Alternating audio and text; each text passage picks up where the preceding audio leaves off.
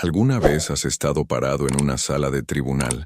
con el corazón latiéndote tan fuerte que estabas seguro de que todos podían escucharlo, observando cómo la única persona que se suponía debía protegerte se convertía en un extraño justo ante tus ojos? ¿Alguna vez has sentido ese silencio sofocante cuando un juez pide un solo documento que podría cambiarlo todo, y en ese momento te das cuenta de que toda tu vida, todo lo que creías sobre tu familia, estaba construido sobre mentiras? Déjame contarte lo que me pasó a mí, porque esta historia, este viaje doloroso, hermoso y devastador que viví, necesita ser contada, y tal vez, solo tal vez, alguien por ahí necesita escucharla, tanto como yo necesitaba vivirla, para convertirme en quien soy hoy. Mi nombre no importa. Lo que importa es lo que experimenté, lo que sobreviví, y cómo un solo momento en una sala de tribunal, un martes frío de noviembre, destrozó y reconstruyó todo mi entendimiento sobre el amor,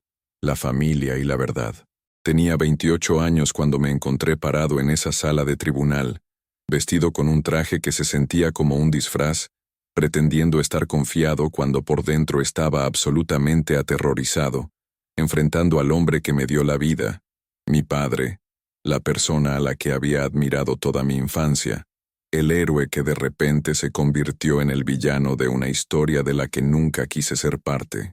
La sala del tribunal olía a madera vieja y ansiedad, ese aroma peculiar de documentos legales y familias rotas que parece impregnar cada rincón de esos espacios donde la gente viene a resolver sus disputas más dolorosas. Las luces fluorescentes zumbaban sobre nuestras cabezas, proyectando este resplandor duro e implacable que hacía que todos se vieran cansados y derrotados antes de que los procedimientos siquiera comenzaran. Mi abogada,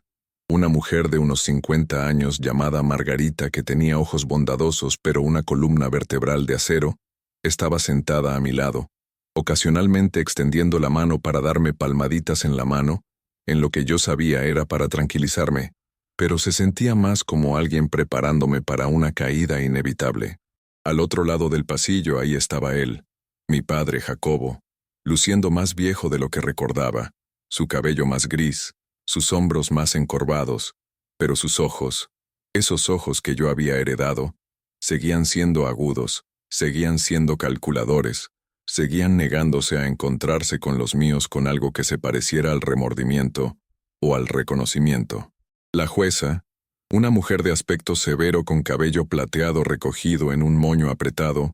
aún no había llegado, y en ese periodo de espera,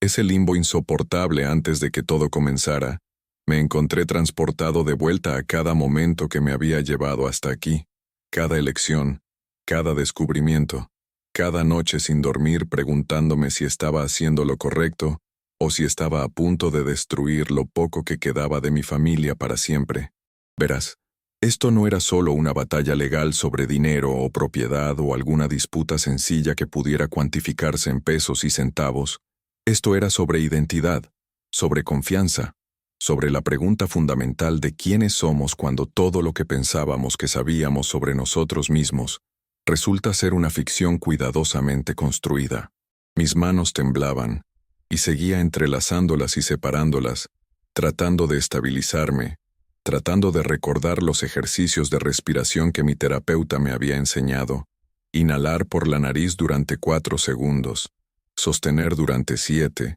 exhalar por la boca durante 8, pero nada podía calmar la tormenta que rugía dentro de mi pecho, el huracán de emociones que amenazaba con estallar en esa sala silenciosa y estéril, donde se suponía que las emociones debían estar contenidas, controladas, presentadas como evidencia en lugar de experimentadas como las heridas crudas y sangrantes que realmente eran. Pensé en mi madre, quien había fallecido 3 años antes, cómo habría odiado vernos aquí, cómo había pasado toda su vida tratando de mantener unida a nuestra familia, haciendo de pacificadora, suavizando conflictos, pretendiendo que todo estaba bien cuando claramente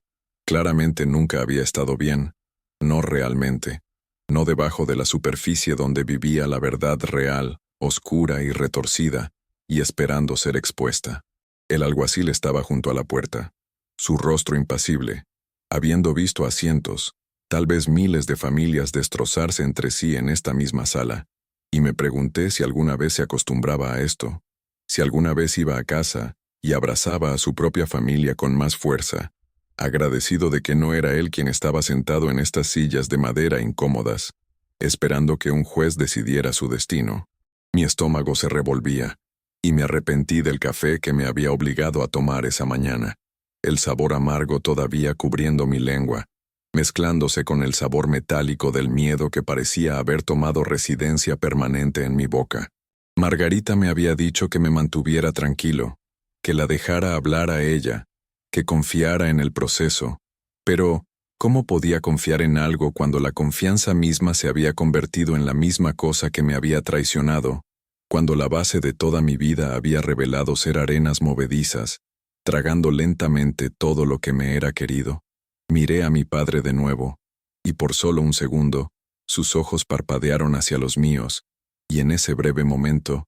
vi algo que no pude identificar del todo. Era arrepentimiento, era enojo, era miedo, o no era nada en absoluto, solo la mirada vacía de alguien que había perfeccionado el arte de ocultar sus verdaderos sentimientos detrás de una máscara tan convincente que incluso ellos habían olvidado qué yacía debajo. La puerta de la sala del tribunal se abrió, y la gente comenzó a entrar. Otros abogados, una reportera de la corte, algunos observadores cuyas razones para estar allí no podía ni imaginar, y con cada nueva persona, la realidad de lo que estaba a punto de suceder se volvió más concreta, más ineludible, más aterradoramente real. Esto no era una pesadilla de la que pudiera despertar, esto no era un error que pudiera deshacer, esto estaba sucediendo, esta era mi vida, y en solo unos momentos cuando la jueza entrara y convocara a la corte al orden, no habría vuelta atrás, no habría escape, no habría forma de pretender que todo estaba bien cuando tan claramente, devastadoramente, no lo estaba. Sentí un nudo en la garganta, esa sensación de querer llorar pero no poder permitírmelo. No aquí, no ahora, no frente a todas estas personas que me estaban observando, juzgando, evaluando mi dolor como si fuera evidencia a ser pesada y medida en lugar de una experiencia humana que me estaba destrozando desde adentro. Creciendo, mi padre era mi héroe, y sé que eso suena cliché. Sé que todos dicen eso sobre sus padres antes de descubrir sus defectos, pero con mi padre se sentía diferente. Se sentía verdadero de una manera que dio forma a cada decisión que tomé, cada sueño que perseguí, cada versión de mí mismo que traté de convertirme. Era un hombre de negocios, exitoso por todas las medidas externas, dirigiendo una pequeña pero rentable firma consultora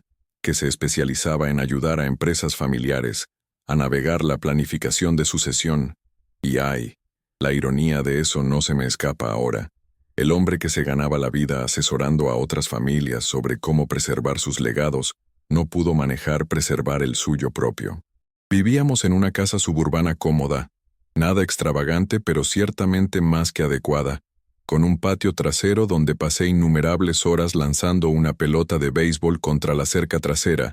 imaginando que estaba en las grandes ligas, mientras mi padre ocasionalmente salía y ofrecía consejos sobre mi forma, su voz cálida y alentadora, haciéndome sentir que podía lograr cualquier cosa si solo me esforzaba lo suficiente. Mi madre trabajaba como maestra en la escuela primaria local, y entre su salario y los ingresos de mi padre, teníamos lo que todos llamarían una buena vida. Vacaciones una vez al año, generalmente a la playa o tal vez a un parque nacional, cenas juntos la mayoría de las noches alrededor de nuestra mesa de cocina, donde compartíamos historias sobre nuestros días, mi padre siempre teniendo alguna anécdota divertida sobre un cliente difícil o un desafío comercial que había superado. Me enseñó sobre integridad, sobre la importancia de cumplir tu palabra, sobre cómo la reputación de un hombre era su activo más valioso, y me miraba directamente a los ojos cuando decía estas cosas, su mano en mi hombro,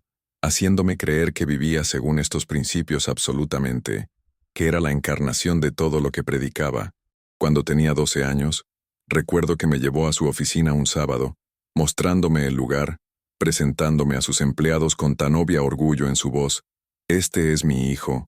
va a hacer grandes cosas algún día. Y esas palabras, Dios mío, esas palabras se convirtieron en un mantra en mi cabeza, una responsabilidad que llevé como un peso, constantemente tratando de estar a la altura de esta imagen de grandeza que había proyectado sobre mí antes de que siquiera supiera quién era o qué quería. Íbamos a pescar juntos a veces, viajes temprano en la mañana a un lago cercano donde nos sentábamos en un silencio cómodo, la niebla elevándose del agua, el mundo sintiéndose pacífico y perfecto, y exactamente como debería ser, y él ocasionalmente ofrecía sabiduría sobre la vida, sobre la paciencia, sobre cómo las mejores cosas llegan a aquellos que esperan, y yo lo absorbía todo como una esponja, creyendo cada palabra, confiando en que mi padre conocía los secretos para navegar este mundo complicado en el que vivíamos. La secundaria vino y se fue,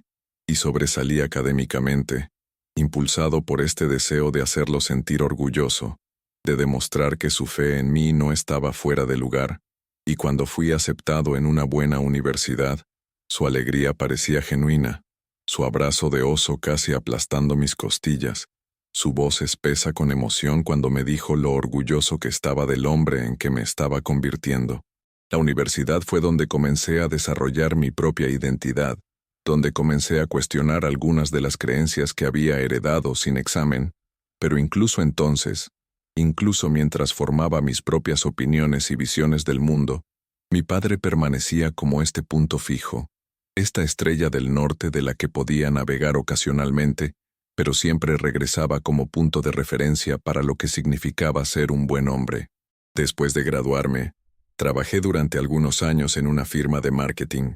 aprendiendo los trucos del oficio, haciendo mi propio camino, y mi padre parecía genuinamente feliz de que estuviera construyendo mi propia carrera en lugar de esperar deslizarme en su negocio. Él respetaba la independencia, o eso pensaba, valoraba la autosuficiencia, o eso afirmaba, y me enorgullecía de valerme por mí mismo, demostrando que podía lograrlo sin su ayuda, que las lecciones que me había enseñado habían echado raíces y estaban dando frutos en mi propia vida. Mi madre, durante todo esto, era el contrapeso suave a la intensidad de mi padre. Era más suave, más cariñosa, a quien acudía cuando necesitaba consuelo en lugar de consejos, cuando necesitaba que me dijeran que todo estaría bien, en lugar de ser empujado a superar desafíos, y mirando hacia atrás ahora, me pregunto si ella sabía, si tenía alguna idea de lo que se escondía debajo de la superficie de nuestra familia,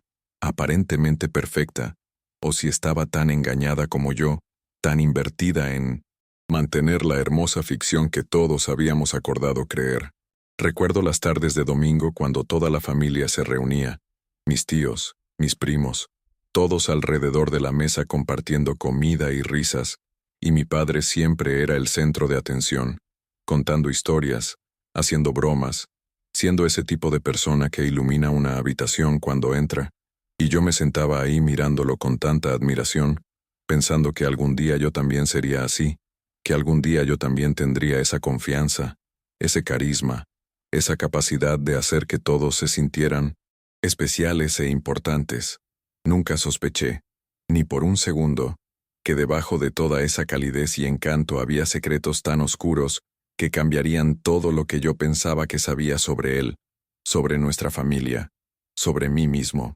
La primera grieta en los cimientos apareció aproximadamente 6 meses después de que mi madre murió, y su muerte en sí fue devastadora de maneras que todavía no he procesado completamente. Un ataque cardíaco repentino que nos la quitó sin advertencia, sin despedidas, sin ninguna oportunidad de decir las 1000 cosas que debería haber dicho cuando tuve el tiempo, pero seguí posponiendo porque tontamente creía que teníamos para siempre. En la secuela de su muerte, mi padre pareció desmoronarse de maneras que nunca había presenciado antes. El hombre fuerte y seguro que había conocido toda mi vida, de repente se veía frágil, perdido, vagando por la casa que habían compartido durante 30 años como un fantasma persiguiendo su propia vida. Y traté de estar ahí para él, traté de ayudarlo a navegar su dolor mientras lidiaba con el mío propio, pero había algo más sucediendo, algo debajo del dolor que no podía identificar del todo, Al principio, un nerviosismo, una distracción, una sensación de que estaba preocupado por algo más allá de la pérdida de su compañera de vida. Una tarde, aproximadamente 3 meses después del funeral, pasé por su casa para verlo, trayendo comestibles y la disposición de simplemente sentarme con él si eso era lo que necesitaba,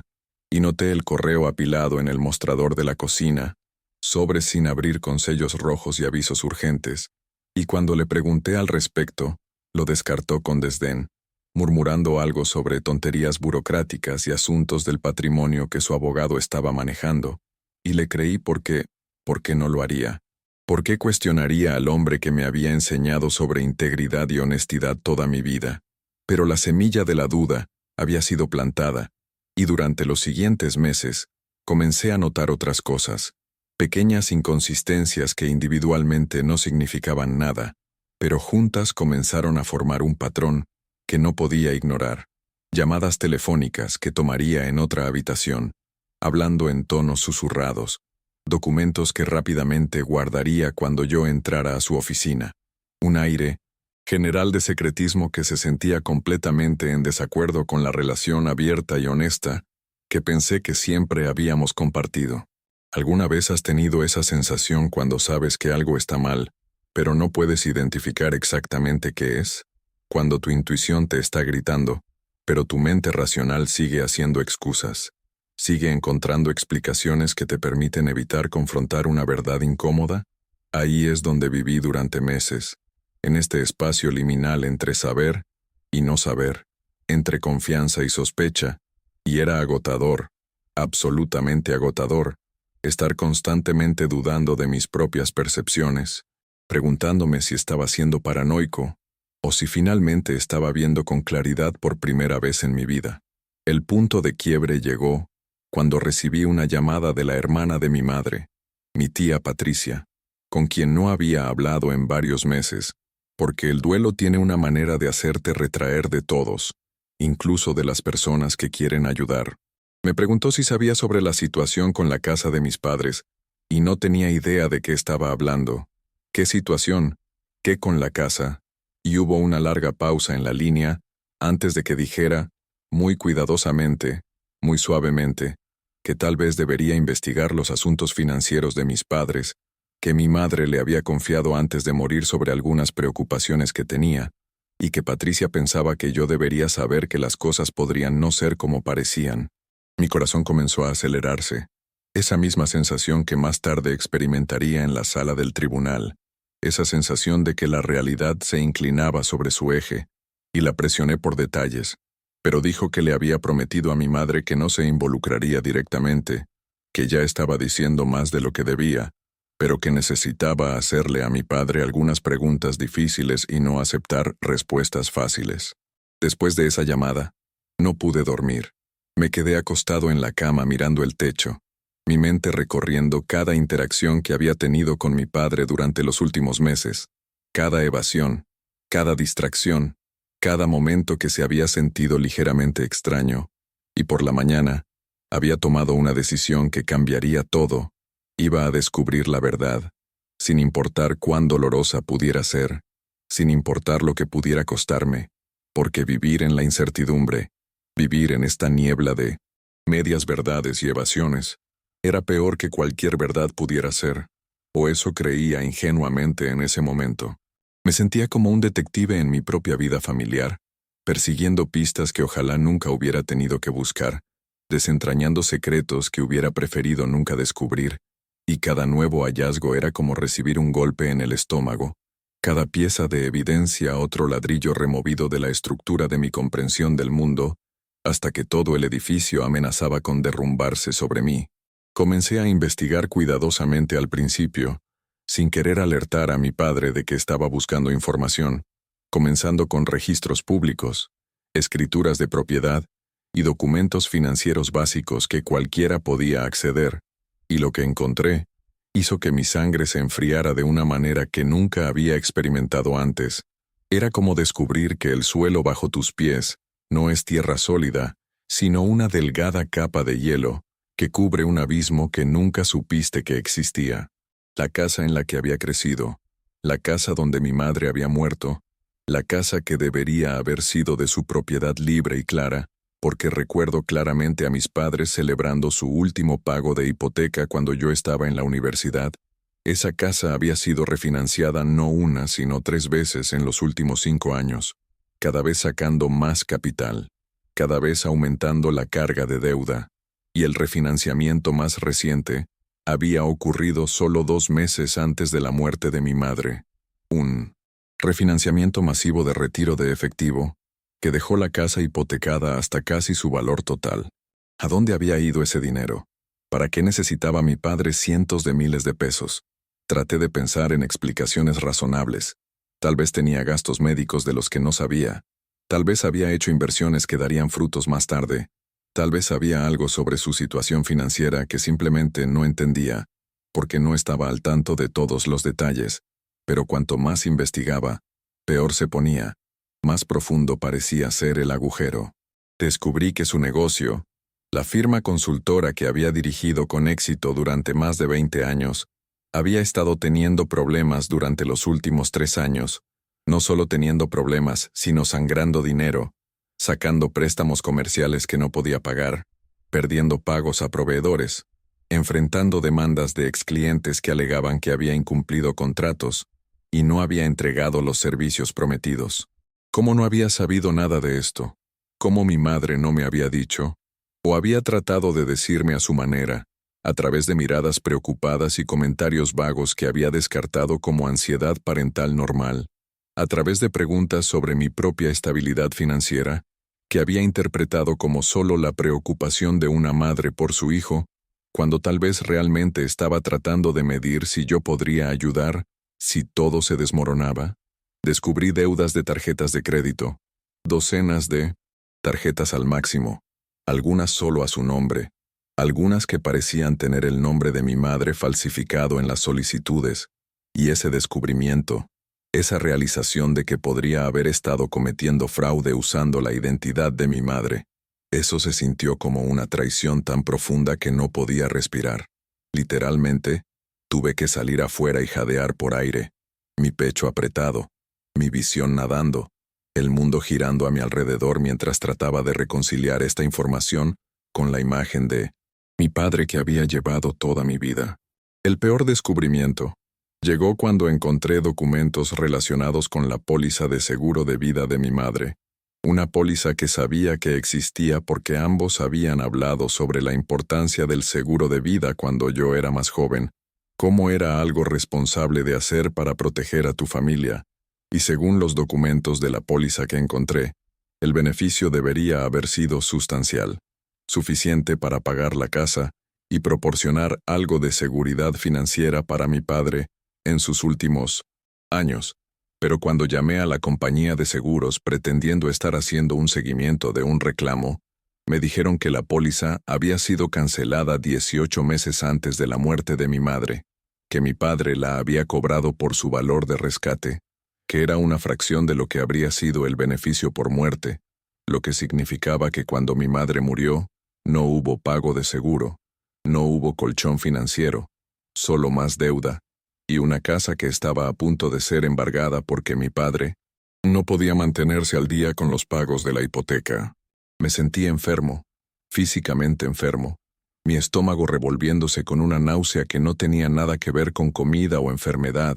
y todo que ver con la realización de que toda mi comprensión de mi familia había sido una ilusión cuidadosamente mantenida, y mi madre, mi dulce y confiada madre que había trabajado duro toda su vida, que había creído en mi padre completamente, ella había muerto sin saber el alcance completo de sus engaños, o tal vez lo había sabido, y el estrés de ello literalmente la había matado, había contribuido al ataque cardíaco que nos la quitó de mí, y el pensamiento de eso, la posibilidad de que las elecciones de mi padre hubieran acortado su vida, me llenó de una rabia tan intensa que no me reconocí a mí mismo. Me miré en el espejo y vi a un extraño, alguien capaz de violencia, alguien que quería lastimar a la persona que había lastimado a la mujer que más amaba en el mundo. Encontré más cosas, préstamos de amigos que nunca habían sido pagados, Sociedades comerciales que habían fracasado dejando a otros en la ruina. Un rastro de promesas rotas y confianza traicionada que se extendía por años, décadas incluso. Y me di cuenta de que esto no era algo nuevo. No era solo una mala racha o una serie de decisiones desafortunadas. Esto era un patrón. Esto era quién era él fundamentalmente. Alguien que tomaba atajos, que mentía cuando era conveniente, que ponía su propio orgullo y apariencias por encima de la verdad y la responsabilidad, y pensar que había pasado toda mi vida admirándolo, tratando de ser como él, me hizo sentir náuseas, me hizo querer arrancar cada lección que me había enseñado de mi cerebro, porque, ¿cómo podía confiar en algo que venía de él ahora que sabía quién era realmente? Confrontar a mi padre fue tanto más fácil, como más difícil de lo que esperaba. Más fácil, porque tenía tanta evidencia, tantos documentos, tantos hechos innegables que él no podía simplemente desechar con su encanto y evasiones habituales, pero más difícil porque parte de mí, la parte que todavía era su hijo, todavía el niño que lo había admirado con adoración tan poco complicada, esa parte desesperadamente quería que tuviera una buena explicación, quería que me mostrara algo que me había perdido, alguna pieza del rompecabezas que haría que todo tuviera sentido y restaurara el mundo a su orden apropiado.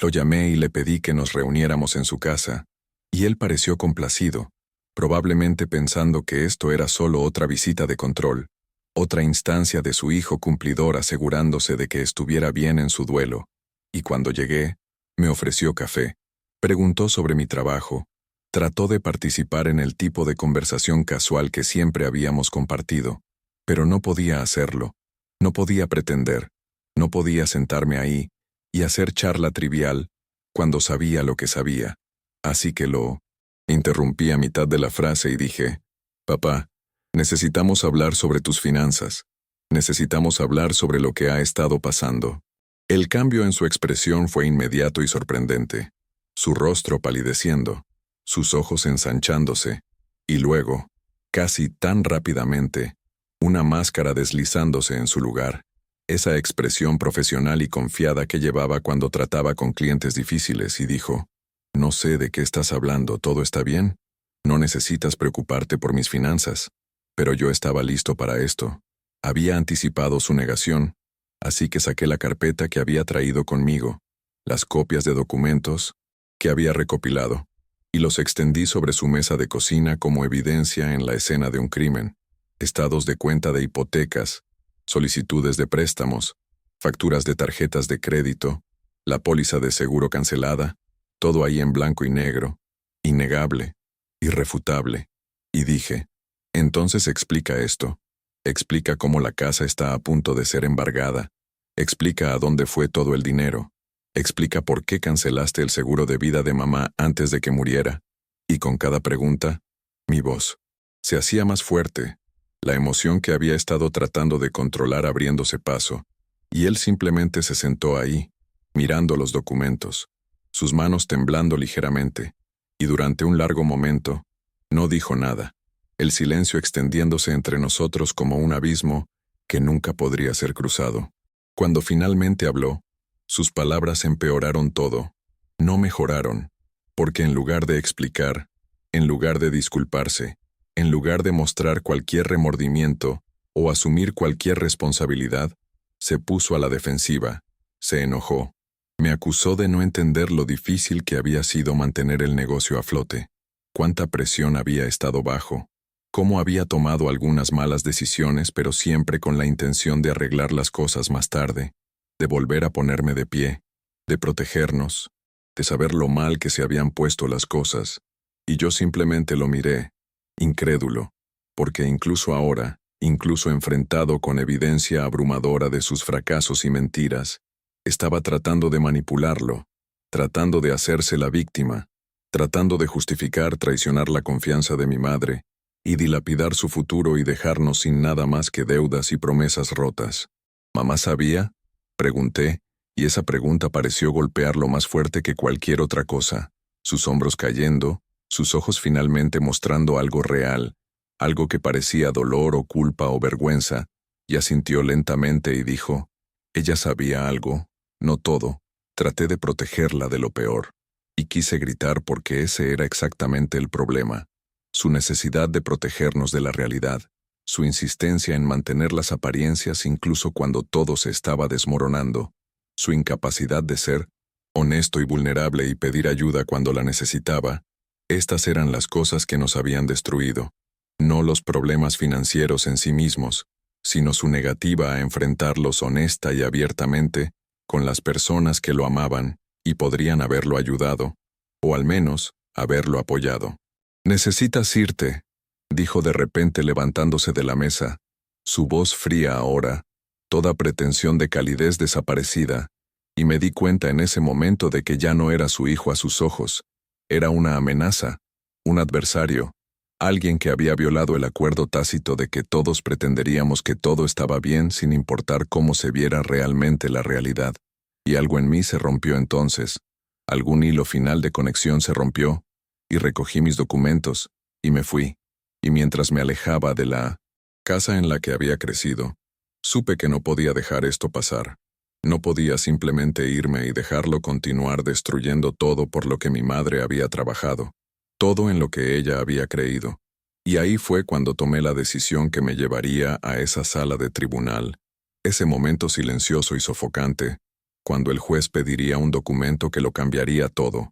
Decidí tomar acción legal, demandar a mi padre para proteger lo poco que quedaba del patrimonio de mi madre, para evitar que vendiera activos que legítimamente pertenecían a su legado. Y aun cuando tomé esa decisión, aun cuando sabía que era lo correcto, también sabía que significaba cruzar una línea que nunca podría ser descruzada, declarar la guerra a mi propia familia, y el dolor de ese conocimiento era casi insoportable. Recuerdo conducir a casa esa noche con lágrimas corriendo por mi rostro, golpeando el volante con frustración y dolor, gritando en el silencio de mi carro todas las cosas que no le había dicho, todas las preguntas que nunca había hecho, toda la rabia y la decepción y el amor quebrantado que se arremolinaba dentro de mí, como un tornado emocional que amenazaba con destrozarme por completo. El proceso de preparación para la demanda consumió mi vida durante meses, y tuve que contratar a una abogada porque esto no era algo que pudiera navegar por mi cuenta. El sistema legal es complejo e implacable, y diseñado para profesionales que entienden sus reglas y procedimientos arcanos, y Margarita vino altamente recomendada por un amigo que había pasado por su propia batalla legal familiar. Ella se especializaba en disputas de patrimonio y abuso financiero de personas mayores. Y sí, eso es. Lo que era esto, aunque mi madre era la que había muerto, las acciones de mi padre constituían una forma de abuso financiero, aprovechándose de la confianza y la relación para beneficiarse a sí mismo a expensas de ella. La primera reunión con Margarita fue emocionalmente devastadora, porque tuve que exponer todo, cada pieza de evidencia, cada línea de tiempo, cada documento, y decirlo todo en voz alta a un extraño, admitir que mi padre, mi héroe, había hecho todas estas cosas. Lo hizo real de una manera que no había sido cuando solo estaba en mi cabeza. Transformó mi dolor privado en un asunto legal oficial, algo que sería archivado con la corte y se convertiría en parte del registro público para siempre. Margarita fue amable pero directa. Explicó que teníamos un caso fuerte pero que sería feo, que las disputas familiares siempre lo son, que mi padre probablemente lucharía con fuerza porque tenía todo que perder, que necesitaba estar preparado para una batalla que sería emocionalmente agotadora y públicamente humillante, y podría ni siquiera resultar en recuperar activos significativos, porque gran parte del dinero ya se había ido, gastado, o perdido u oculto, de maneras que serían difíciles de rastrear. ¿Por qué quieres hacer esto?, me preguntó al final de esa primera reunión, y era una pregunta justa, porque si el dinero ya se había ido en su mayoría, y el proceso sería doloroso y costoso y público, ¿cuál era el punto? ¿Qué esperaba lograr? Y tuve que pensar en eso. Realmente tuve que examinar mis motivaciones. ¿Era esto sobre justicia para mi madre? ¿Era sobre venganza contra mi padre? ¿Era sobre mi propia necesidad de demostrar que no era cómplice en sus engaños al quedarme quieto y no hacer nada? Y la respuesta honesta era que era todas esas cosas y más. Era sobre trazar una línea, sobre decir que algunas traiciones son demasiado grandes para ignorar, que algunas mentiras son demasiado destructivas para dejar pasar, que la verdad importa incluso cuando es dolorosa, especialmente cuando es dolorosa, porque sin verdad no puede haber curación real, no relaciones auténticas, no fundamento sobre el cual construir algo duradero. Presentamos la demanda, y mi padre recibió los papeles, y no estuve ahí cuando sucedió, pero imaginé su reacción, probablemente sorpresa de que realmente lo hubiera hecho, probablemente enojo de que estuviera aireando la ropa sucia de nuestra familia en público, probablemente miedo sobre lo que la demanda podría descubrir y qué consecuencias podría enfrentar, y parte de mí se sintió culpable porque todavía era mi padre, todavía el hombre que me había criado y amado a su manera imperfecta, pero empujé esa culpa hacia abajo porque seguía volviendo a mi madre, seguía pensando en ella trabajando todos esos años como maestra, lidiando con estudiantes difíciles y padres exigentes y presupuestos limitados, llegando a casa cansada y aún así, haciendo la cena, y aún así presentándose para nosotros, confiando en que su esposo estaba cuidando su futuro financiero, creyendo que estaban construyendo algo juntos, que lo sostendría en su vejez, y ella había muerto sin nada de eso, muerto sin nada más, que deudas y mentiras, y si no luchaba por ella ahora, ¿quién lo haría? Si no defendía lo que ella había ganado y merecía, entonces, ¿qué significaba mi amor por ella? ¿Qué significaba todo? La fase de descubrimiento de la demanda fue esclarecedora y horrible en igual medida, porque obtuvimos acceso a registros bancarios y estados financieros, y correspondencia de correo electrónico, que pintaban un cuadro incluso peor de lo que había imaginado. Mi padre había estado involucrado en lo que solo podía describirse como saqueo sistemático de sus activos conjuntos, transfiriendo dinero a cuentas que mi madre no sabía que existían, haciendo retiros en efectivo que no podían ser rastreados, comprando cosas que no tenían propósito comercial y que no podían ser localizadas, y la línea de tiempo sugería que gran parte de esto se había acelerado en los últimos 2 años de la vida de mi madre, como si supiera que su muerte estaba llegando, y estaba tratando de ocultar tanto como fuera posible antes de que sucediera, aunque Margarita me advirtió contra hacer esa suposición sin pruebas, porque atribuir malicia intencional era más difícil que probar mala conducta financiera. También descubrimos que mi padre había sacado préstamos usando mi nombre, no recientemente sino años atrás, cuando apenas estaba comenzando la universidad, solicitando tarjetas de crédito con mi información y acumulando saldos que en su mayoría había pagado pero no completamente, y todavía había algunas cuentas por ahí con mi nombre que habían entrado en mora, impactando mi puntaje crediticio sin mi conocimiento, y este descubrimiento se sintió como otra traición, otra capa de engaño, porque él había estado dispuesto a arriesgar mi futuro financiero junto con todo lo demás, dispuesto a cargarme con deuda y mal crédito al servicio de sus esquemas. ¿Y qué clase de padre hace eso? ¿Qué clase de hombre pone a su propio hijo en riesgo para cubrir sus errores? Encontramos correos electrónicos donde le mentía a socios comerciales, documentos donde falsificaba firmas, registros de reuniones donde había prometido cosas que sabía que no podía cumplir, y cada nuevo descubrimiento era como pelar otra capa de una cebolla, revelando más y más podredumbre debajo, hasta que me pregunté si había algo genuino en él en absoluto, si alguna vez había sido el hombre que pensé que era, o si todo, desde el principio, había sido un acto cuidadosamente orquestado diseñado para engañar a todos a su alrededor. Las semanas previas al juicio fueron un tipo especial de tortura, porque sabía que una vez que entráramos a esa sala de tribunal, ya no habría pretensiones, ya no habría mantenimiento de apariencias, ya no habría protección de la ficción de unidad familiar, todo sería expuesto, examinado, juzgado por extraños, y había algo visceralmente incorrecto en eso, en tener a un juez y abogados y reporteros de la corte diseccionando los detalles más íntimos de la vida de mi familia. Pero eso es lo que el sistema legal requiere. Ese es el precio de buscar justicia a través de canales oficiales. Renuncias a la privacidad, Renuncias al control, pones tu dolor en exhibición y esperas que la verdad que emerge valga el costo de la revelación.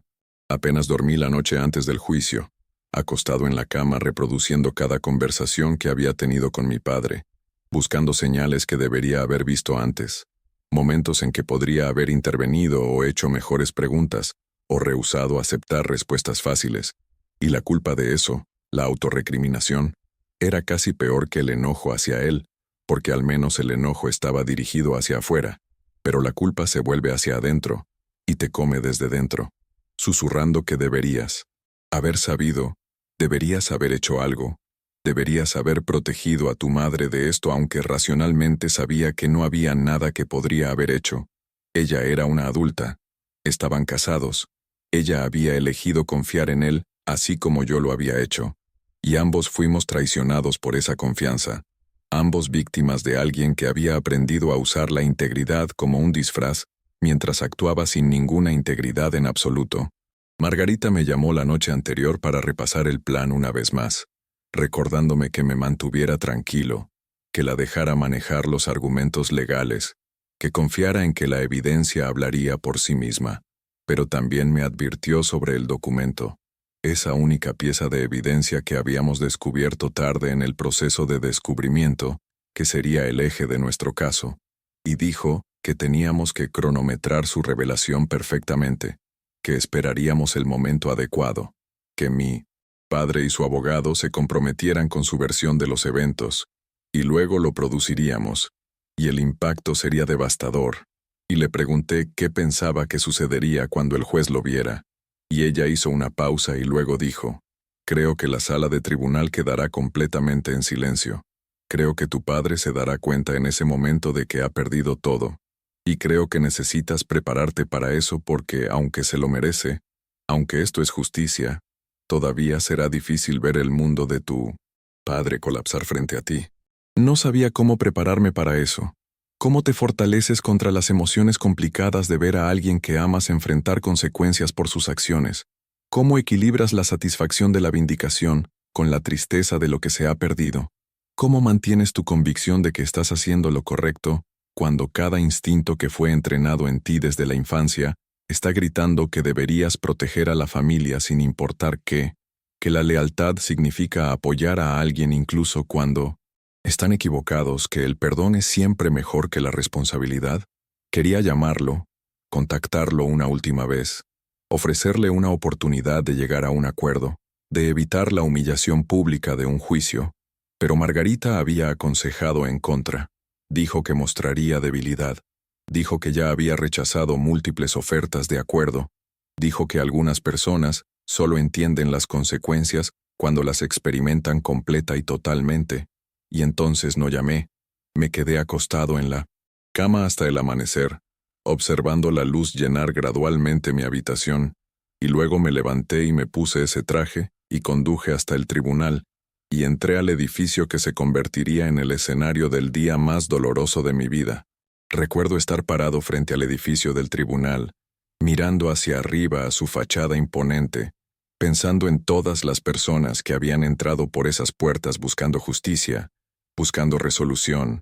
buscando algún tipo de cierre para sus propias tragedias familiares, y me pregunté cuántas de ellas habían salido sintiéndose realmente mejor, cuántas habían encontrado lo que estaban buscando, y cuántas, como sospechaba que sería mi caso, simplemente habían intercambiado un tipo de dolor por otro. La sala del tribunal se sentía más pequeña de lo que esperaba, más íntima,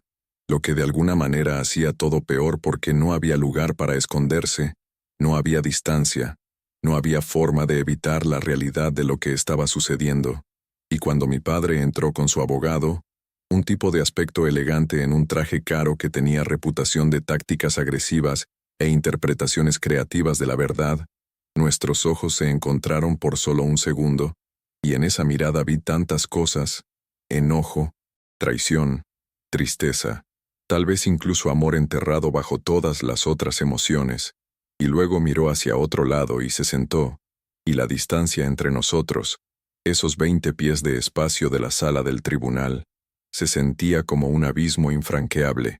como si estuviéramos en lados opuestos de un cañón llamándonos el uno al otro, pero incapaces de escuchar, incapaces de conectar, separados por algo más fundamental que el espacio físico. La jueza entró, todos nos pusimos de pie, las formalidades comenzaron, y me encontré enfocándome en pequeños detalles para evitar ser abrumado por la enormidad de la situación, la forma en que los dedos de la reportera de la corte volaban sobre su máquina estenográfica, el sonido de papeles revolviéndose mientras los abogados organizaban sus materiales, el zumbido apenas audible del sistema de ventilación, cualquier cosa para anclarme en el presente físico y evitar ahogarme en la corriente emocional que amenazaba con arrastrarme bajo el agua. Las declaraciones de apertura fueron surrealistas. Escuchando a Margarita exponer nuestro caso en términos clínicos y legales, describiendo las acciones de mi padre como disipación sistemática de activos y transferencia fraudulenta, y otras frases que drenaban la realidad emocional de lo que había sucedido, convirtiendo la tragedia de mi familia en un rompecabezas legal a resolver, y luego escuchando al abogado de mi padre pintarlo como una víctima de las circunstancias, un hombre que había cometido algunos errores pero siempre con buenas intenciones, que había estado bajo un estrés enorme y lidiando con dificultades comerciales y no debería ser juzgado con demasiada dureza por decisiones tomadas en crisis, y quería levantarme y gritar que esto no era sobre estrés o errores, esto era sobre traición y mentiras, y un desprecio fundamental por la mujer que lo había amado y confiado en él con su vida. El testimonio comenzó conmigo, y tuve que subir al estrado y jurar decir la verdad, y había una ironía amarga en ese juramento, en prometer honestidad en un caso sobre alguien que había mentido consistente y exhaustivamente, y Margarita me guió a través de mi descubrimiento de los problemas financieros, mis conversaciones con mi padre, los documentos que había encontrado, y traté de mantener mi voz firme, traté de presentar los hechos claramente, pero varias veces tuve que hacer una pausa y recomponerme, particularmente cuando hablaba de mi madre, sobre lo que ella había creído y lo que se le había negado, y vi a algunas personas en la sala del tribunal, observadores y personal de la corte, asintiendo con simpatía, y esa simpatía de alguna manera lo hizo peor porque no quería lástima, quería justicia, quería reconocimiento de que lo que había sucedido estaba mal, fundamentalmente, inexcusablemente mal. Luego vino el contrainterrogatorio, y el abogado de mi padre trató de pintarme como oportunista, como alguien que estaba torciendo dificultades financieras en un caso legal para beneficio personal, y me preguntó si alguna vez le había pedido dinero a mi padre, si había recibido apoyo financiero a lo largo de los años, si tal vez esto realmente era sobre herencia, y no sobre justicia, y respondí honestamente que sí. Mis padres me habían ayudado durante la universidad, me habían dado algo de dinero como regalo de graduación, habían sido generosos de la manera en que los padres lo son con sus hijos, pero eso no tenía nada que ver con esto. Esto era sobre proteger lo que mi madre había ganado, sobre hacer responsable a mi padre por traicionar su confianza, y el abogado sonrió de esta manera conocedora que me hizo querer golpearlo y dijo, «Entonces admites que te has beneficiado financieramente de tus padres, pero ahora quieres evitar que tu padre acceda a activos que se tenían, conjuntamente con tu madre». Y Margarita objetó, y la jueza lo sostuvo, pero el daño estaba hecho, la semilla de duda plantada, la sugerencia de que tal vez yo no era el hijo en duelo buscando justicia, sino algo más egoísta, más calculado, más feo. Sentí la rabia burbujeando dentro de mí, la injusticia de ser caracterizado de esta manera cuando todo lo que estaba tratando de hacer era honrar la memoria de mi madre y proteger lo que ella había trabajado tan duro para construir, pero me obligué a mantener la calma, a no darle al abogado la satisfacción de verme perder la compostura, porque sabía que eso es exactamente lo que quería. Quería que pareciera emocional, irracional, vengativo, en lugar de alguien simplemente buscando la verdad y la justicia. Mi padre subió al estrado después del almuerzo, y verlo sentarse allí, verlo colocar su mano sobre la Biblia y jurar decir la verdad, sabiendo lo que sabía sobre su relación con la verdad, Era casi demasiado. Sentí mis manos apretándose en puños, mi mandíbula apretada, cada músculo de mi cuerpo rígido con el esfuerzo de permanecer sentado y en silencio, cuando lo que quería era confrontarlo directamente, hacerlo mirarme y admitir lo que había hecho, escucharlo decir que lo sentía, que se arrepentía, que entendía la magnitud de su traición. Su testimonio fue una clase magistral en evasión y manipulación, admitiendo dificultades financieras, pero caracterizándolas como circunstancias desafortunadas, en lugar de las consecuencias de sus elecciones, describiendo el refinanciamiento y los préstamos como intentos de salvar el negocio y proteger a su familia, afirmando que mi madre había estado completamente informada y apoyaba sus decisiones, y esa última afirmación, esa mentira sobre el conocimiento y consentimiento de mi madre, hizo hervir mi sangre porque ella no estaba aquí para defenderse, ella no estaba aquí para contradecir su versión de los eventos, y él lo sabía, estaba contando con ello, usando su muerte como un escudo, y la cobardía de eso, la pura y despreciable cobardía de esconderse detrás de la incapacidad de una mujer muerta para hablar, reveló algo sobre su carácter que ninguna cantidad de evidencia podría capturar. Margarita lo interrogó metódicamente, guiándolo a través de transacciones específicas, pidiéndole que explicara a dónde había ido el dinero, señalando contradicciones entre su testimonio y la evidencia documental, y lo vi perder confianza lentamente. Lo vi volverse más defensivo, más evasivo. Vi la máscara deslizarse lo suficiente para revelar el miedo debajo, el conocimiento de que su historia no se estaba sosteniendo, que la verdad estaba filtrándose a través de las grietas sin importar cuánto tratara de contenerla. La tarde continuó. Más testimonios, expertos financieros explicando el rastro de papel, testigos de carácter de ambos lados diciendo sus partes, y todo se difuminó en una corriente de palabras y exhibiciones y argumentos legales que se sentían simultáneamente cruciales y sin sentido. Cruciales porque estaba determinando el resultado de este caso, pero sin sentido, porque ningún fallo de un juez podría deshacer lo que se había hecho, podría restaurar a mi madre o mi fe en la familia, o mi capacidad de confiar en las presentaciones de las personas de sí mismas. Y luego, mientras el día se acercaba a su fin, mientras estaba comenzando a pensar que aplazaríamos y continuaríamos la mañana siguiente, la jueza hizo una pregunta, y en esa pregunta, en el silencio que la siguió, toda mi vida giró sobre un solo punto de verdad que ya no podía ser ocultado o negado o explicado, y ahí es cuando todo lo que te he estado contando llevó a este momento, este devastador, clarificador, terrible momento de verdad absoluta, este instante que cambiaría todo para siempre, y haría imposible seguir viviendo en la negación o la ilusión. La jueza levantó la vista de los papeles que había estado revisando, y dijo, dirigiéndose a ambos abogados pero realmente enfocándose en el abogado de mi padre, consejero, he revisado la evidencia presentada y hay algo que necesito aclarar. El señor Thompson testificó que su esposa estaba consciente y consintió las decisiones financieras que tomó, incluyendo el refinanciamiento de la casa conyugal y el cobro de la póliza de seguro de vida. ¿Es correcto? Y el abogado de mi padre se puso de pie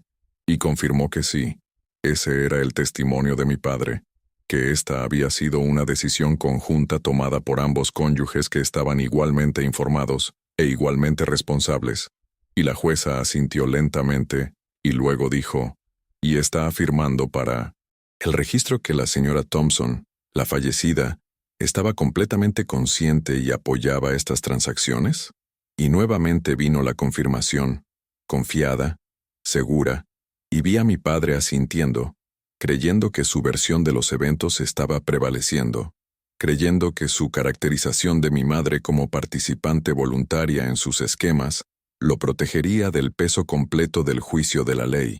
La jueza se volvió hacia Margarita y dijo, «Señora Patterson, ¿tiene alguna evidencia que contradiga este testimonio?» Y Margarita se puso de pie, y pude verla tomar un respiro, estabilizándose para lo que estaba a punto de suceder, y dijo, «Sí, su señoría, la tenemos». Tenemos un documento que creemos demostrará claramente que la señora Thompson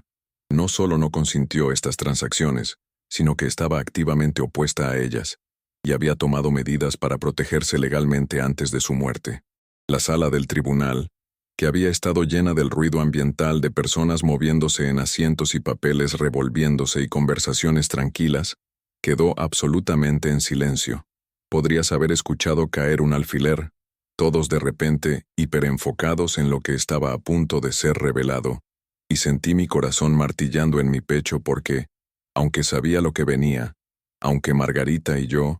habíamos discutido este documento extensamente, verlo desarrollarse en tiempo real, ver el momento, acercarse cuando todo cambiaría, era abrumador. El abogado de mi padre objetó, alegando sorpresa, diciendo que este documento no había sido divulgado apropiadamente en el descubrimiento, y Margarita explicó con calma que había sido archivado con la corte en la presentación de evidencia suplementaria 3 días antes, que el consejero oponente había sido notificado, que no había violación procesal, y la jueza verificó sus archivos y confirmó que sí, el documento fue presentado apropiadamente, y luego dijo las palabras que hicieron que el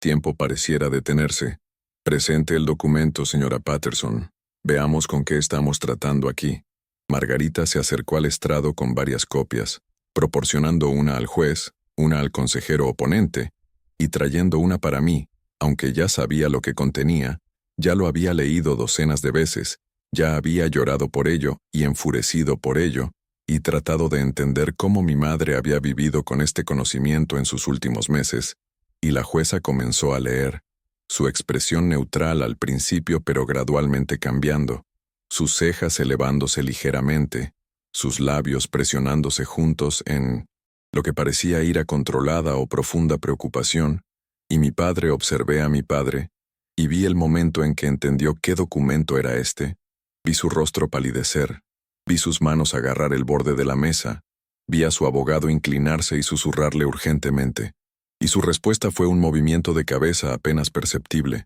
un gesto de negación, o desesperación o ambos. El documento era una carta, fechada 4 meses antes de la muerte de mi madre, escrita de su puño y letra, dirigida a un abogado que había consultado sobre el divorcio, y en ella, en su letra clara de maestra, detallaba su descubrimiento de los engaños financieros de mi padre, sus sentimientos de traición y violación, su realización de que la vida que pensaba que habían construido juntos estaba basada en mentiras, y su intención de separarse legalmente de él para proteger los activos que quedaran a su nombre. Ella escribió sobre confrontarlo, sobre sus promesas de arreglar todo, sobre su elección de creerle una vez más aunque sabía que no debería, y escribió sobre su miedo de que él los estaba arrastrando a ambos hacia la ruina financiera, que su orgullo y su incapacidad de admitir el fracaso eran más importantes para él que su seguridad o su matrimonio. Y escribió, y estas fueron las palabras que me destruyeron cuando las leí por primera vez, y me destruyeron de nuevo escuchándolas leer en esa sala de tribunal. Ya no sé con quién me casé, el hombre que amé, el hombre en quien confié con mi vida, o nunca existió, o murió en algún lugar del camino, y dejó a este extraño en su lugar, y no sé cómo llorar por alguien que todavía está vivo pero completamente perdido para mí. La jueza terminó de leer y levantó la vista, su rostro grave, y dijo, «Señor Thompson, usted testificó bajo juramento que su esposa estaba consciente y apoyaba sus decisiones financieras, pero esta carta, escrita de su puño y letra solo meses antes de su muerte, contradice directamente ese testimonio. Indica no solo que ella no apoyaba, sino que estaba considerando el divorcio específicamente debido a estos problemas financieros. ¿Tiene alguna respuesta a esto?» Y mi padre simplemente se sentó ahí, congelado, incapaz de hablar, incapaz de montar ninguna defensa porque, ¿qué podía decir? La carta estaba ahí, en la letra de mi madre, fechada y atestiguada por el abogado que había consultado, evidencia innegable de que todo su testimonio había sido una mentira, que había usado la incapacidad de su esposa muerta para contradecirlo para pintar una imagen falsa de su matrimonio y su conocimiento y consentimiento. Su abogado trató de recuperarse, Trató de argumentar que la carta representaba un momento de enojo, que los matrimonios tienen dificultades, que mi madre finalmente había elegido quedarse y trabajar en sus problemas, pero la jueza lo interrumpió. Su voz aguda con desaprobación apenas contenida y dijo: «Consejero, esta carta fue escrita 4 meses antes de la muerte de la señora Thompson, y no hay evidencia de reconciliación, no hay evidencia de que cambiara de opinión sobre las preocupaciones que expresó aquí, y más importante, el testimonio de su cliente no fue que tuvieran dificultades maritales, sino que ella estaba consciente y apoyaba sus decisiones financieras. Y esta carta prueba más allá de cualquier duda que ella no estaba ni consciente del alcance completo, ni apoyaba lo que él estaba haciendo. De hecho, estaba planeando dejarlo debido a esto». El silencio en esa sala de tribunal era absoluto, sofocante, pesado con el peso de la exposición y la consecuencia, y miré a mi padre, y estaba llorando, lágrimas corriendo por su rostro, y no sabía si eran lágrimas de remordimiento, o lágrimas de derrota, o lágrimas de autocompasión, y descubrí que no me importaba porque mi madre también había llorado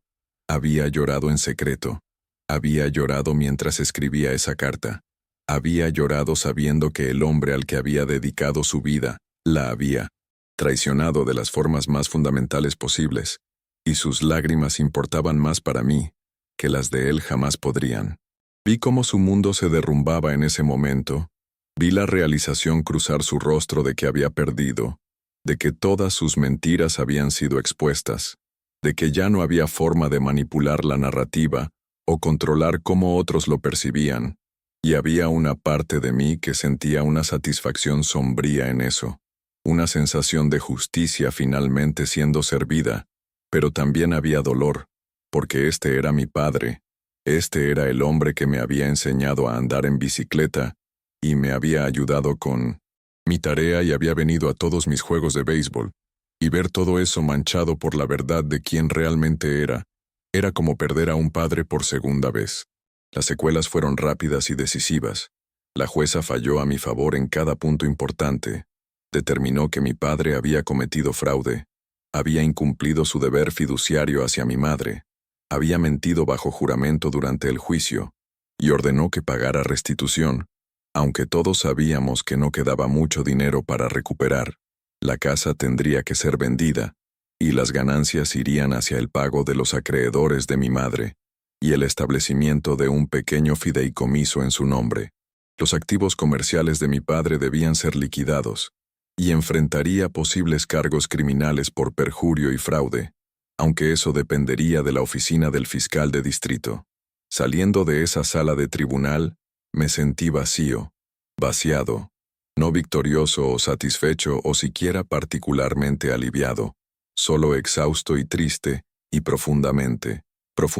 cambiado por lo que había experimentado. Margarita me dio una palmada en el hombro y me dijo que había hecho lo correcto, que mi madre estaría orgullosa, que se había hecho justicia, pero no podía sentirme orgulloso. No podía sentir que esto era una victoria que valía la pena celebrar, porque, ¿qué había ganado realmente? Había probado que mi padre era un mentiroso y un fraude. Había destruido lo que quedaba de nuestra relación.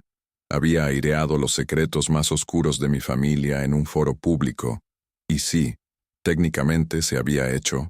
justicia. El sistema legal había funcionado como se suponía que debía, pero mi madre todavía estaba muerta, mi padre todavía era el hombre que la había traicionado, y yo todavía era el hijo que tenía que vivir con el conocimiento de todo esto por el resto de mi vida. En los meses que siguieron, traté de reconstruir, traté de darle sentido a lo que había sucedido, y quién era yo después de esta revelación, y no fue fácil. Hubo días en que cuestioné cada decisión que había tomado. Me pregunté si simplemente debería haberlo dejado ir, aceptado que algunas verdades son demasiado dolorosas para excavar, pero luego recordaría esa carta, las palabras de mi madre, su dolor, su sensación de estar atrapada con alguien que se había convertido en un extraño, y sabía que había hecho lo que ella no pudo hacer, me había defendido por ella cuando ya no podía defenderse por sí misma, había insistido en que su verdad importaba incluso si venía con un gran costo personal. Aprendí cosas sobre el amor y la familia que desearía no saber. Aprendí que el amor sin confianza es solo apego, que la familia sin honestidad es solo biología, que las personas que más admiramos pueden estar escondiendo los secretos más oscuros, y que a veces lo más amoroso que puedes hacer es hacer responsable a alguien, incluso cuando rompe tu corazón hacerlo. Mi padre y yo no hemos hablado desde el juicio, y no sé si alguna vez lo haremos. Hay una parte de mí que lo extraña, o más bien extraña, la versión de él que pensé que existía, el padre en quien creía antes de saber mejor, pero no puedo desconocer lo que sé ahora, no puedo no ver lo que he visto, y tal vez esa es la pérdida real, no la relación como era, sino la capacidad de creer en ella de la manera en que una vez lo hice, completamente y sin reservas. He estado en terapia, trabajando a través del trauma y la traición y el duelo complicado de perder a ambos padres de diferentes maneras, mi madre a la muerte y mi padre a la revelación de quién realmente era. Y mi terapeuta me dice que la sanación no es lineal, que habrá días buenos y días malos, que el trauma nos cambia pero no tiene que definirnos. Y estoy tratando de creer eso, tratando de construir una vida basada en los valores que mi madre realmente vivió, en lugar de los valores que mi padre solo pretendía sostener. Pienso en ella a menudo, en la maestra que se presentaba todos los días para sus estudiantes, que calificaba papeles hasta altas horas de la noche, que compraba útiles escolares con su propio dinero cuando el presupuesto de su escuela se quedaba corto, que era amable y paciente y dedicada y honesta, que merecía mucho mejor de lo que obtuvo, que merecía un compañero que honrara sus sacrificios y protegiera su seguridad, y le dijera la verdad, y me prometo a mí mismo que seré mejor, que aprenderé de los ejemplos de ambos, tomando lo bueno de cómo ella vivió y evitando los errores que él cometió. Y tal vez eso es todo lo que podemos hacer, aprender del pasado, honrar a aquellos que merecen ser honrados, y tratar de ser mejores que aquellos que nos fallaron. He aprendido que la familia no siempre es un refugio seguro, que a veces las personas más cercanas a nosotros son capaces de las peores traiciones, y que está bien establecer límites, está bien alejarse, está bien protegerte, incluso cuando eso significa romper lazos que pensaste que eran inquebrantables, porque tu salud mental y emocional importa, tu bienestar importa, y no le debes lealtad ciega a nadie, ni siquiera a la familia, especialmente cuando esa lealtad viene a costa de tu propia integridad y paz mental. ¿Alguna vez has pasado por algo similar? ¿Alguna vez has descubierto que alguien en quien confiabas completamente había traicionado esa confianza de maneras que no podrías haber imaginado? Cuéntamelo en los comentarios, porque he aprendido que no estamos solos en estas experiencias, que las familias son complicadas en todas partes, que la confianza y la traición son experiencias humanas universales, y a veces solo saber que otros han sobrevivido dolor similar puede ayudarnos a sentirnos menos aislados en el nuestro. Entender este tipo de traición, entender cómo las familias pueden fracturarse y cómo la confianza puede ser destruida y cómo nos reconstruimos después de que todo se derrumba, es importante, es vital en realidad, porque muchos de nosotros llevamos estos secretos, estas verdades dolorosas sobre nuestras familias que tenemos miedo de compartir y sufrimos en silencio pensando que somos los únicos, pero no lo somos. Realmente no lo somos. Si esta historia tocó tu corazón, si sentiste algo mientras la escuchabas, si alguna parte resonó con tus propias experiencias o miedos o esperanzas, por favor deja un like. Me ayuda a saber que compartir mi verdad importó, que la vulnerabilidad tiene valor, que estas historias difíciles necesitan ser contadas incluso cuando son dolorosas. Y por favor, suscríbete a Yo lo viví para más historias como esta. Historias reales, historias honestas, historias que exploran la realidad complicada de ser humano en un mundo donde nada es tan simple como nos gustaría que fuera, donde las personas que amamos pueden lastimarnos, donde hacer lo correcto a menudo nos cuesta caro, pero donde la verdad todavía importa, donde la integridad todavía cuenta, donde todavía podemos elegir ser mejores que nuestros peores momentos y hacer responsables a otros por los suyos. Activa la campanita para que no te pierdas futuras historias, porque tengo más para compartir, más verdades para revelar, más experiencias que me dieron forma, y podrían ayudarte a entender mejor tu propia vida. Y gracias, de verdad, por escuchar, por estar aquí, por presenciar mi historia, y tal vez ver un reflejo de la tuya, porque eso es lo que hacemos cuando compartimos honestamente. Creamos espejos donde otros pueden verse a sí mismos. Construimos puentes entre experiencias aisladas. Nos recordamos unos a otros que somos humanos, defectuosos y luchando y haciendo nuestro mejor esfuerzo. Y eso tiene que contar para algo, tiene que significar algo. Y creo que lo hace. Realmente lo creo. Incluso en los días en que todo se siente roto y sin esperanza. Todavía creo que la verdad y la honestidad,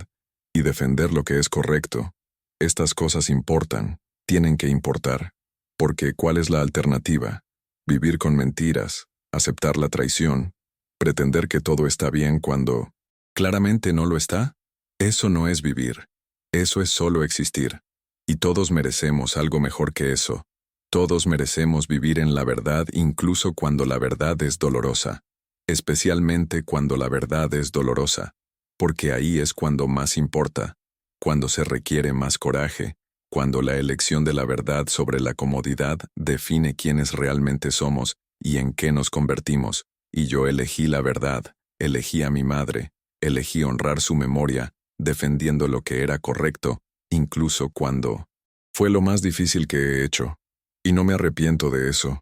Nunca me arrepentiré de eso. Porque al final, lo único que realmente tenemos es nuestra integridad, nuestra capacidad de mirarnos en el espejo y saber que hicimos lo correcto incluso cuando era duro, incluso cuando dolía, incluso cuando nos costó todo. Y eso es algo que nadie puede quitarnos. Ninguna traición puede manchar, ninguna mentira puede destruir, porque es nuestro, es real, es verdad. Y en un mundo lleno de engaños y falsedades y personas pretendiendo ser lo que no son, la verdad es lo más valioso que tenemos. Y vale la pena luchar por ella. Vale la pena sufrir por ella. Vale la pena perderlo todo por ella. Porque sin verdad, ¿qué somos realmente? ¿Qué tenemos realmente? ¿Qué significa realmente cualquier cosa? Te lo digo, amigo, hermano, hermana. Quien quiera que estés escuchando esto ahora mismo, si estás pasando por algo similar, si estás enfrentando tu propia crisis familiar, tu propia traición, tu propia lucha entre lealtad y verdad, quiero que sepas que no estás solo, que es posible sobrevivir esto, que la sanación es posible incluso cuando parece imposible, y que elegir la verdad, elegir la justicia, elegir defender lo que es correcto, nunca es la decisión incorrecta incluso cuando se siente como la más difícil, porque al final, tú tienes que vivir contigo mismo, tú tienes que mirarte en el espejo todos los días. Y la única forma de hacer eso con paz, con integridad, con dignidad, es saber que actuaste con honestidad, que defendiste lo que era correcto, que no dejaste que el miedo o la culpa o la presión social te obligaran a traicionar tus propios valores y tu propia verdad. Así que sé valiente, sé honesto, sé fiel a ti mismo y a aquellos que amas, incluso cuando, especialmente cuando, eso significa ir contra aquellos que te traicionaron, porque esa es la única forma de vivir de verdad, la única forma de honrar a aquellos que merecen ser honrados, la única forma de construir un futuro que valga la pena vivir, sobre una base de verdad en lugar de una fundación de mentiras. Y créeme, vale la pena, cada lágrima, cada noche sin dormir, cada momento de duda y dolor y pérdida. Todo vale la pena cuando al final puedes decir que viviste en tu verdad, que defendiste lo que era correcto, que honraste a aquellos que merecían ser honrados. Y eso es algo de lo que puedes estar orgulloso. Eso es algo que nadie puede quitarte. Eso es algo que durará mucho después de que el dolor haya disminuido y las heridas hayan sanado, porque la verdad siempre perdura, siempre importa, siempre gana al final. Y yo elegí la verdad, y tú también puedes, y debes, porque te lo mereces, y aquellos que amas, y que te han amado honestamente, lo merecen, y juntos, todos juntos compartiendo nuestras verdades y nuestras historias y nuestro dolor y nuestra sanación, podemos construir un mundo donde la verdad importa más que las apariencias, donde la integridad importa más que la conveniencia, donde el amor real basado en la honestidad importa más que las ficciones cómodas que nos decimos a nosotros mismos para evitar enfrentar realidades difíciles. Y ese es el mundo en el que quiero vivir. Ese es el mundo por el que quiero luchar. Ese es el mundo que estoy tratando de construir con cada historia que comparto, con cada verdad que revelo, con cada momento de vulnerabilidad que ofrezco, porque si mi dolor, si mi historia, si mi experiencia puede ayudar incluso a una persona a sentirse menos sola, a encontrar el coraje para enfrentar su propia verdad, a elegir la integridad sobre la comodidad, entonces todo el dolor y la pérdida y el sufrimiento, habrá valido la pena, y por eso comparto, por eso sigo adelante, por eso elijo la vulnerabilidad y la verdad sobre el silencio y el secreto, porque juntos somos más fuertes, juntos podemos sanar, juntos podemos construir algo mejor sobre las ruinas de lo que se perdió, y eso, amigos míos, eso es esperanza, eso es sanación, eso es amor verdadero. No el amor que ignora la verdad, sino el amor que la abraza, que la honra, que insiste en ella incluso cuando duele, especialmente cuando duele, porque ese es el único amor que dura, el único amor que importa, el único amor que vale la pena tener.